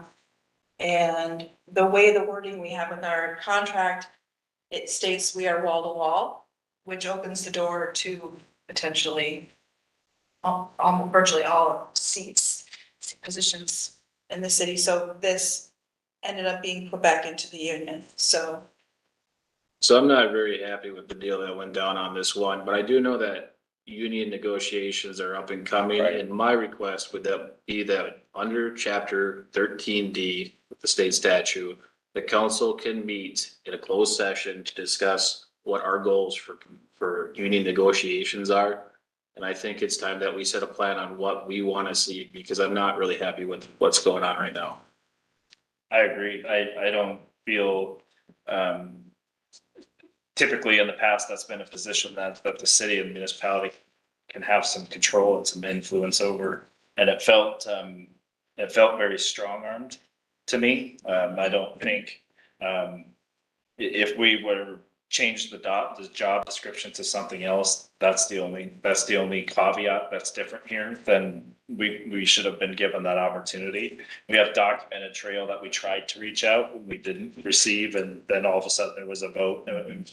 Like, I'm not super stoked about it either. Do you want to do that? I don't know if you want to take it on the back of a normal council meeting, but I'd like to have that discussion before the union negotiations take place. Because Prior to the council meeting, because we get a little punchy when they go late, Sure. you know, and we have to. Yeah. You were talking April meeting, starting the talks, right? Yeah, I believe that the union has already put in the paperwork to say initiate, she has to do a document to initiate the opening of it. And we asked for that to happen earlier than later because we need to know this for our budget. So I'd like to have it, even though it's for next year, I would like to have it wrapped up by June, so we know how to plan for our next year's budget. We need to get together so that she has direction, so. When does that, meeting take place? First, The date, yeah, we should know in the next couple of weeks though. And another thing to mention is, the union should be the peers. And right currently now with AFSCME, we have a select few admin in the same group as Public Works. They're not peers, so you have non-peers voting on each other's future. Because this all has to be done by vote, whether you're promoted or whether the MOU is passed, and that's where we've had difficulty is those weren't that person's peers and they were voted down. And it shouldn't be that way, because it's a completely separate entity there, it's not representing the whole, I feel. So my understanding in how the union works, isn't the person that's in the position, don't they have an opt-out timeline? Yes, they do. And, I think I made them aware of that last year because in 2019 Minnesota passed that you could have the right to opt out. And so, this employee missed it by a matter of weeks. So the union knew she wanted to opt out, but we were not notified of this becoming a union position until 4 days after her deadline to opt out again. See, I'm really not okay with that. So That really, I don't wanna get into discussion here. I would like to Right. leave it to the closed session so that the council can come up with an idea. definitely be in a closed session. So can we look at our calendars and see what we have for options? Is that a possibility? Yeah, got mine open, I get my own. get her done.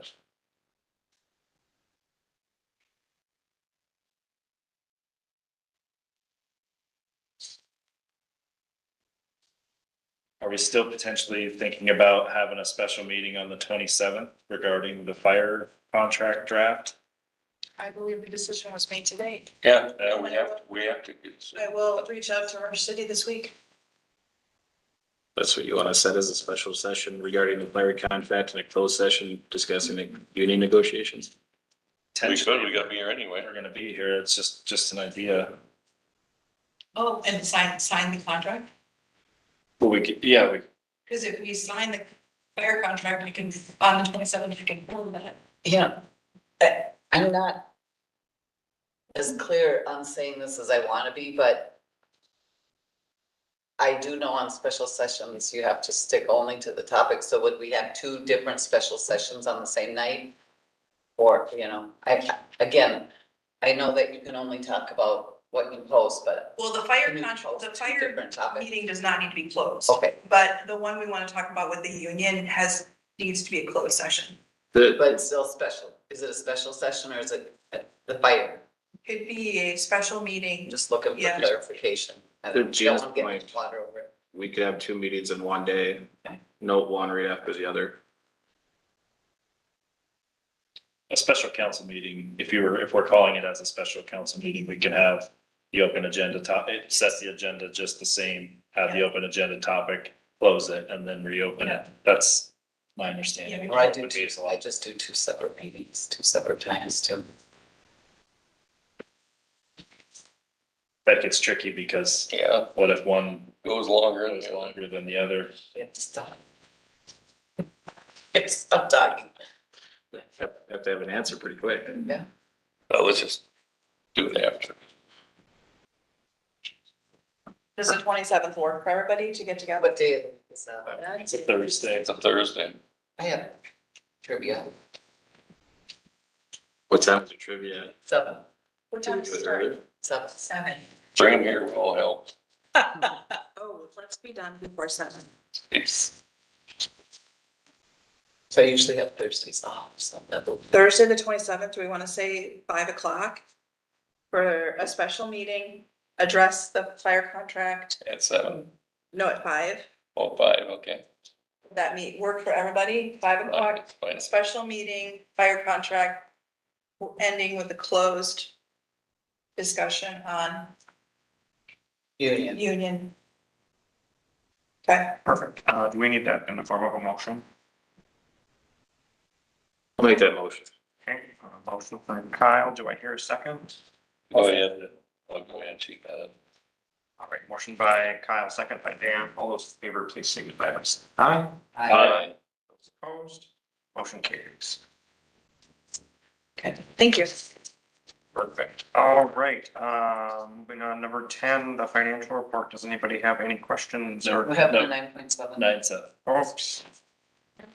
We would be Is that- in big trouble, Kent. You and I could be in big trouble if we missed that. They were printed before you. Hillside Group. Hillside Court Apartment, sorry, I'm losing it here. Me too. Wrong, vote.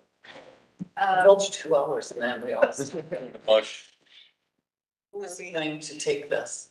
Hillside Court That'd be Apartments one of you guys. discussion. I can start it off. I think at the HRA meeting last week or earlier. Or this week, This yeah. week, it was brought up again that, the foundation is failing in the Hillside Court Apartments building. It's in desperate need of repair. We're applying for the POP funds to help cover part of that. But it's pretty Yeah. gnarly, I guess, to say the least. Near catastrophic failure.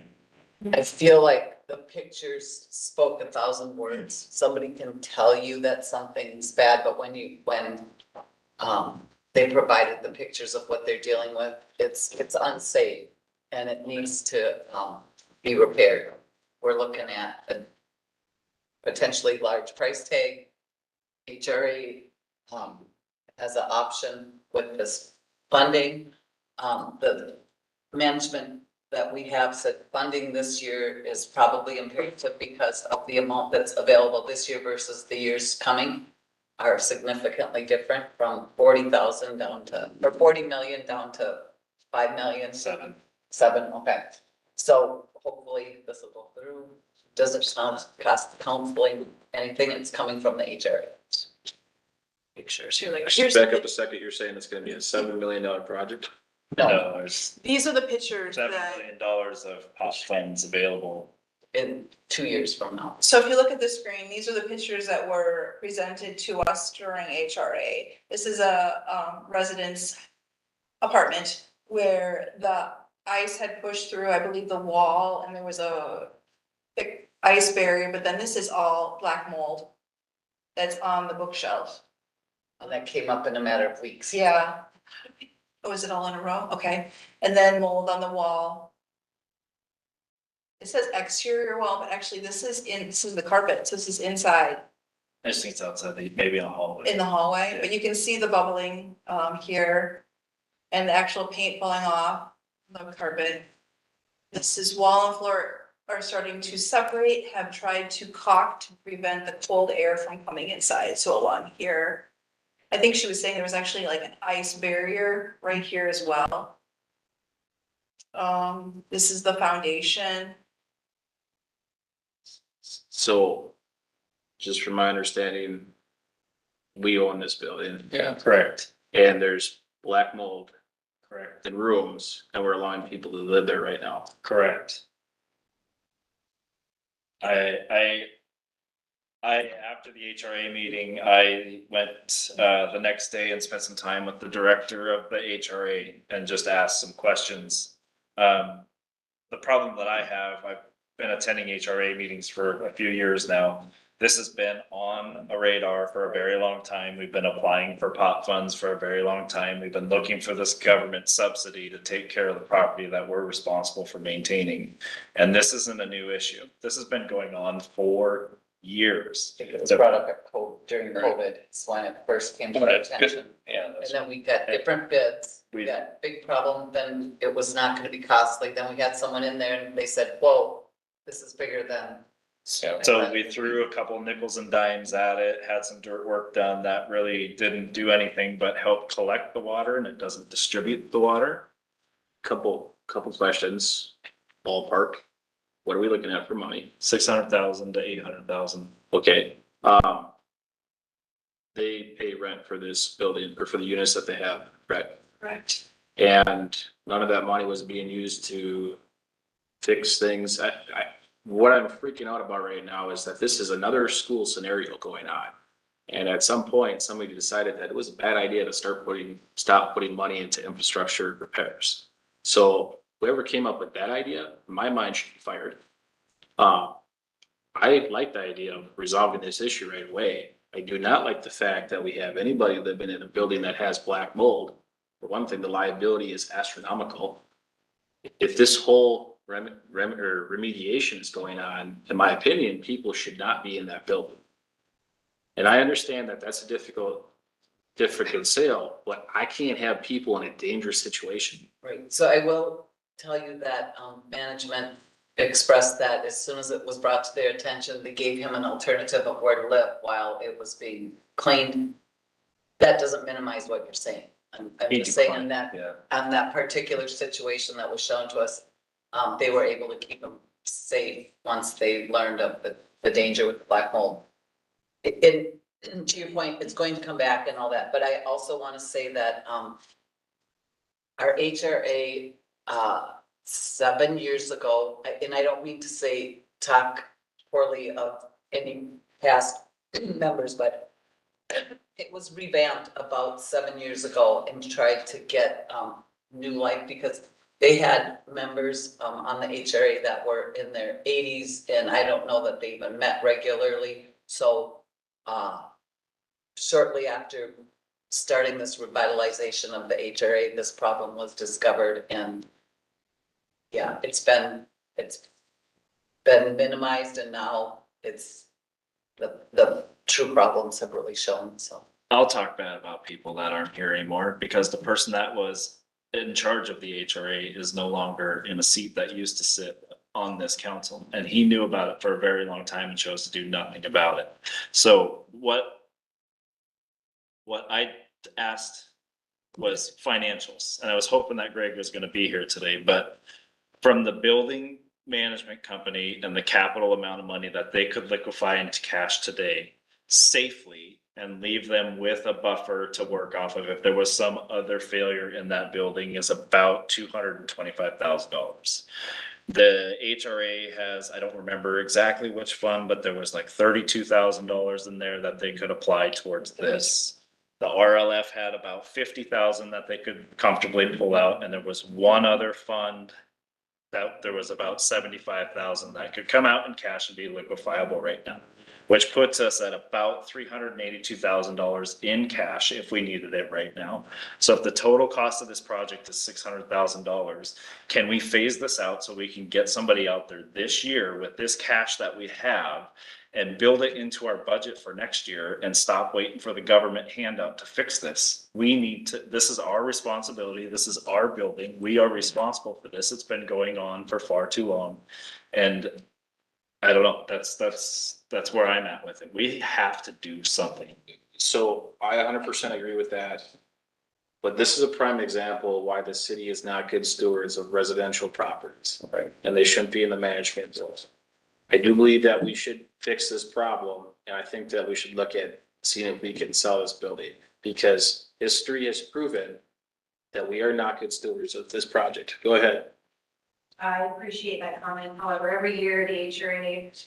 Yes, please. Just want to bring it up to speed why you can't do that. Every year the HRA property receives funding through the state or the government, one of the two. And you sign another 20-year agreement to operate as public housing.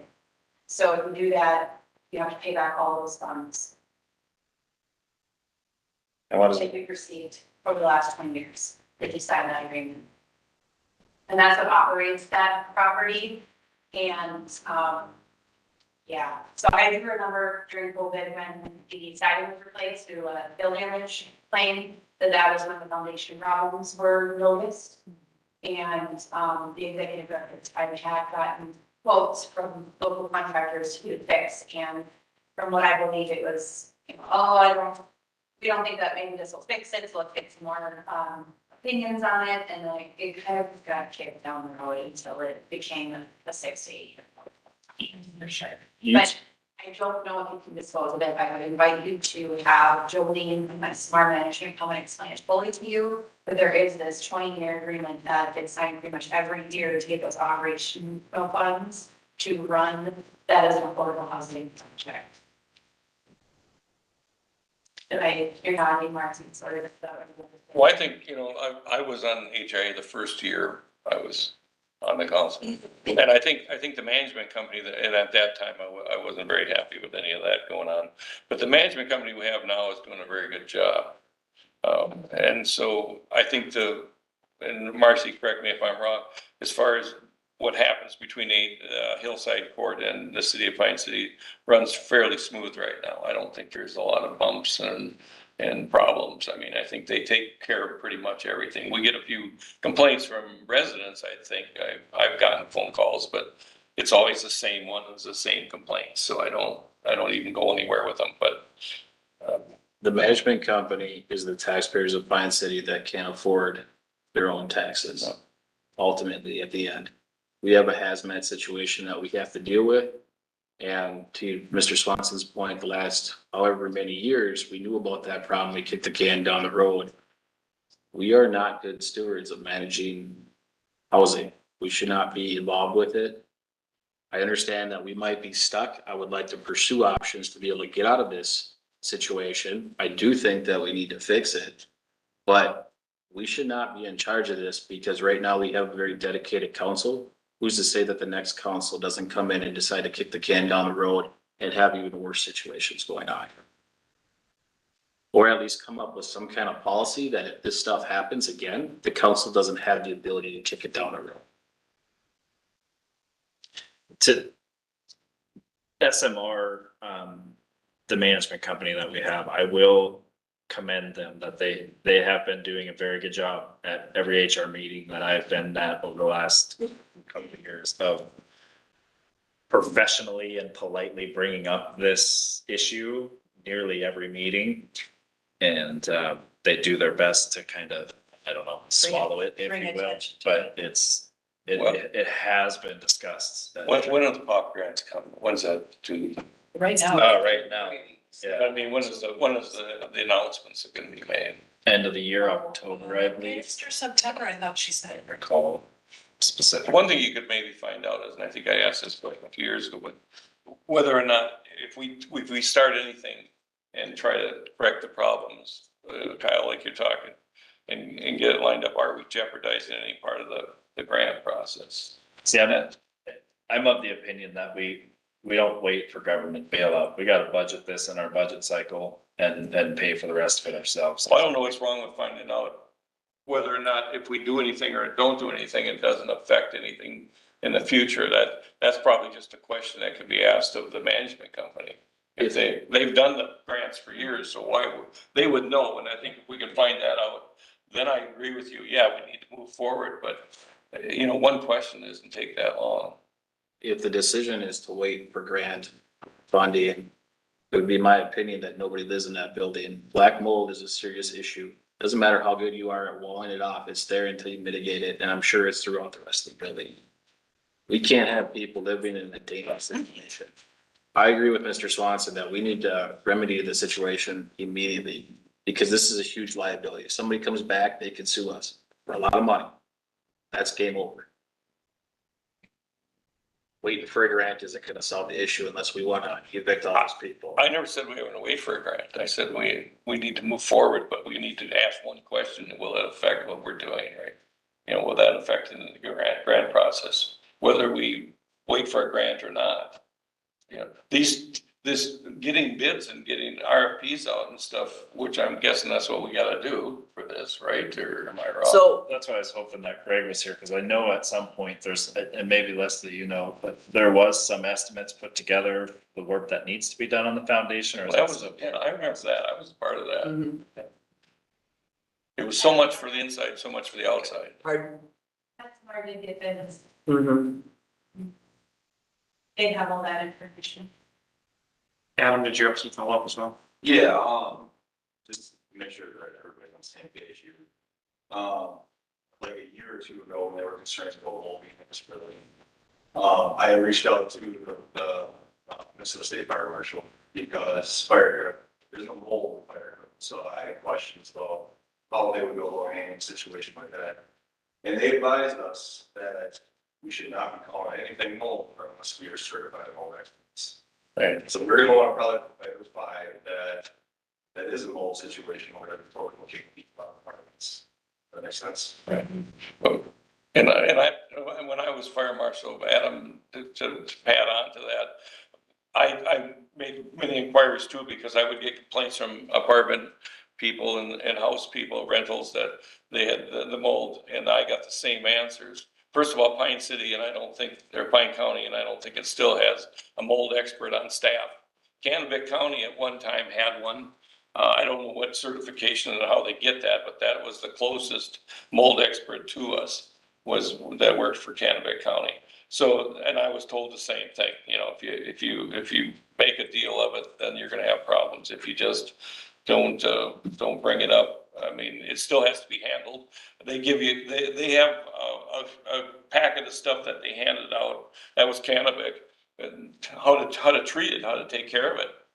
That was their answer, what your response should be Who did the report, for, this report? I don't know. These are just pictures that the management company brought to us at our HRA meeting, 2 days ago. So they assume the liability for calling it mold, that, in my opinion, but we still need to remedy the situation. Right. You're looking for an action to put it out for proposals to, Well, SMR may have proposals. I'm saying that we need to get moving on this, and if we've got the ability to liquefy cash and get people going, but it's my opinion that we need to get some stuff going. So also to be known that HRA is its own entity with its own finances, and the city does not have jurisdiction over their finances. Right. So I think we need to work in tandem with them. We can't. Because we're also, Control them. we're talking about our community's vulnerable. This is income-based housing that a lot of times those people are afraid to speak up about problems that they see because they don't want to lose what they have, because it's a discounted rent. And we already know that there's pages and pages of people waiting to get into a income-based housing. We don't have many of that here. So that's probably why we're not hearing much about it, is because it is our vulnerable. the problem is it comes to a point where you have to condemn the building, and that's what I'm scared of. We need to resolve this so people don't step forward, don't report the issues, then it gets to the point where it's catastrophic failure. I don't want to be at that point anymore. Going forward, this has to be resolved so that there's basic maintenance being done and that this doesn't happen again. The council can't just push it off because it's convenient. You know, how old the bids were, Dan, because if they're the same bids that I'm familiar with, we didn't get very good bids and we didn't get very many. No, and it was during COVID. SMR just had a round done.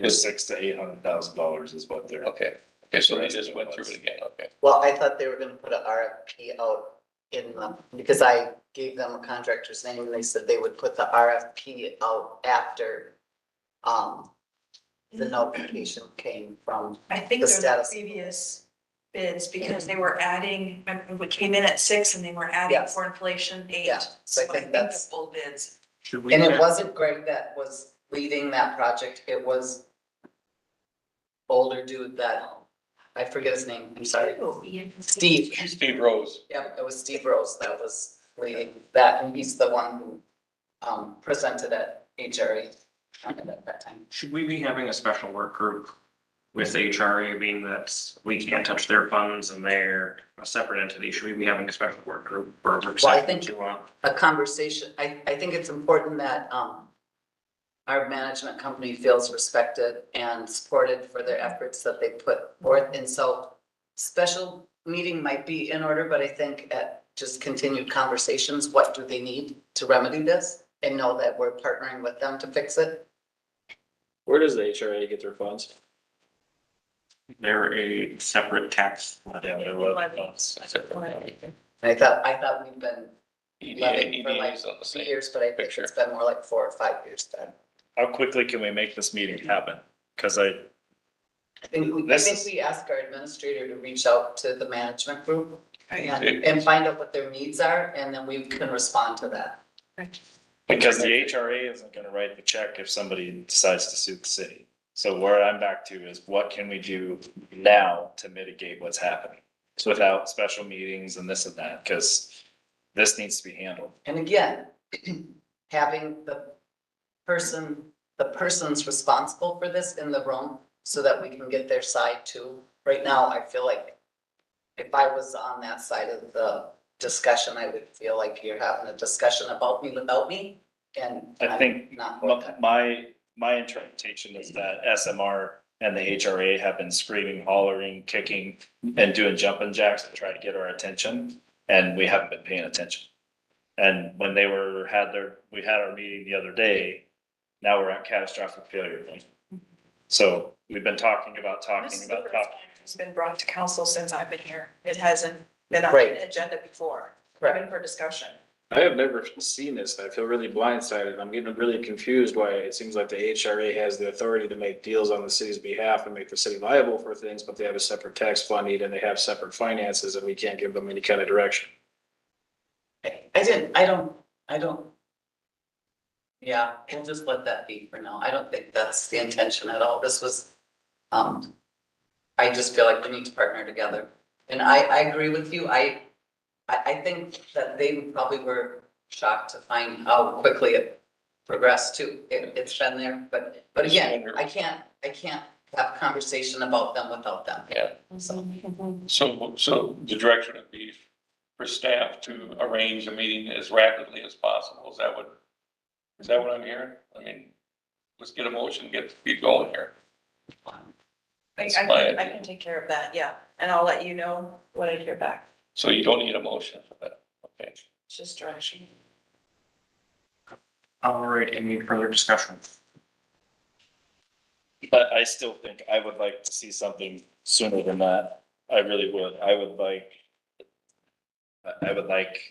the ability to get a contractor in there and see if there's any immediate mitigation that we can do, even if it's something, removing topsoil and adding rock in, give the water a place to go. Like this needs to be dealt with. There's a local company called Groundworks, and I asked them to, and I gave that information to the management company because that's what they specialize in is foundations and water mitigation. But we do have to go through all the processes of. We have to put out for bids. You can say it's an emergency, but it's been not an emergency for 10 years, even though there's been people jumping up and screaming. If we pick somebody that was picked by one of us, that could be a question thing. So we do have to put it out for. We have don't we have contractors that we have the ability to use if we need them in an emergency situation? Can you classify this as an emergency situation? Because to Adam's point, we don't have the ability to label something that it is, and this seems to be an emergency for 10 years. So what constitutes an emergency situation? Well, I agree with Gina. Gina, we need to bring in the HRA people. That's why we have these committees. That's why there's no point in having EDA or HRA or any of them if we aren't going to respect their feelings and their judgments. I was part of HRA just for a year or so, and they are good people and they do make really good decisions. So let's get the people together, then we can move on from there. You have the right to make a motion and ask for this to be done right away. I went down flames before, you might as well try once. It works. It works if you want to do it, so. You could ask to set a meeting before the next council meeting at a certain time to meet with all the organizations. Okay, so on Monday, if everybody was open to it, but That's what she's working. okay. But you're looking for direction today? I do. No, I'm not gonna go down in flames. So no offense. When I have to talk to the people that live there, I just have to tell them that we as a council and we as a city have to arrange more meetings about having meetings to get something done. And we run a risk of the management company we're engaged with right now, continuing to have to, pardon my language, but screw around with our inability and them not wanting to manage the property any longer. And then what are we gonna do? Well, I think I made the point that Marcy needs to work on this very fast. I don't know if that's fast enough, Dan, but I do believe what Gina said, we need to bring that group in. I know you've been to those meetings, but we need to bring all those people in. I think it's unfair to us talking about this, making decisions on that money without them here. We do have the ability to set a hard deadline so that we're not pushing out forever. Right, yeah, I'm open to that. And How's the next council meeting for a hard deadline? Or throw it on the special council meeting. Now we're gonna have 3 special council meetings the same day, but I'm game. Yeah, you know It can all what? be on the agenda. It can be one agenda though, so. But if, I think I would that, think if people could get together in the next week. okay, and then put it on the 27th. Okay, is that good enough? I mean, okay. That has to be. It's Okay, a good solution. Good compromise, okay, thank you. Got it. Do you want an official action to make that as a special meeting or? Just add it to the, Yeah. So- add it to I'm the- running out of room on that council meeting part. We'll get her in there though. We're gonna get her in there. All right, any further discussion on 9.7? Hearing none, we'll move on to financial report. Does anybody have any questions or comments about the revenue and expense report? Not for today. I do, but not for today. Hearing none, we'll move on to item number 11, the mayor's report. I just wanted to take a second and reach out and thank Brock for all of his hard work cleaning out this huge building and getting it ready for potentially changing hands and getting the whole 3rd floor cleaned out and wrangling those garage sales and just really taking care of us. So I can't say enough how much I appreciate everything you done, Brock. Oh, it works. I'll add on to that, since we're on 315 Main, that it will be on the April 2. The recommendations from the 315 work group will be on the April 2 council meeting. Just say, when we decide on if we're gonna do the meeting here, I'd like to shut the weather down. I recently had it off for 10 days. Break up in the state one enough. We could work with it, so if you guys decide on a different place, if I just, monitor the building. There's really only one spot that I worry about. It's just right by the border. So I just keep it, I guess. So can I ask, do you have to hope and pray every time you have to fire that thing up, or is it okay to kind of shut it off and turn it back on, or shut it off, turn it back? The boiler. It's the monitoring system, like this morning and then last night. It's really hot, so it's there, we can hear. We had a compressor fail, we had to get a new one. So yeah, it's the monitoring. The failure. The boiler. You can't just shut it off. Just too cold. We're done with it. Heat's here, I don't really the whole thing. Oh. Keep an eye. I mean, even if we're having meetings, do we have to have it on? About 140%. That's what I'm saying, like, can't we just shut it off and wear a coat? It was pretty chilly in here on The joint, HR, was that HR? is that the joint meeting or was it just HR? Yeah. Just HR. I mean, the community room is open to us. Do we want Yeah. to start? I think we should try the community room next week for the meeting if it's open. What meeting Next next week? special council meeting. There we go. I will have it set up for you to come for the special Yeah, meeting. is it open that day though? Don't kick I'll somebody verify out. that she's looking, she's trying to say this book. Don't kick somebody out. I don't wanna get in trouble. Preschool story hour. I'm just kidding. I have, Yeah, my granddaughter, that's my story. Obviously, we're not supporting of that. And we can try using the computer. It is booked. well, At 5? no, not, There we go. it will be. Okay. I just knew there was. You reserved the room for me. Is council okay with that? Is 20? It'll be a nonprofit, we have to pay our fee. Um, We the landlord. We're the landlord. We would be paying ourselves, so no, we do not pay. Can we post it on these doors so that people know too? Yes, Okay. and we will put it on, we'll even put it on Facebook. So back to, do we just shut the boiler off then?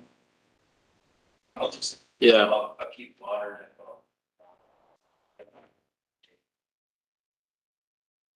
I like saving $140 I a do day. too. Well, it's what, 4,300 bucks. Yeah. I didn't do that, man. I can't just. Because, I mean, what else do we have? That's the only meeting we've had this month. Right. Then we go to April council. Ordinance is already at 10:15. It's the no meeting date. Yeah. Yep. I say we.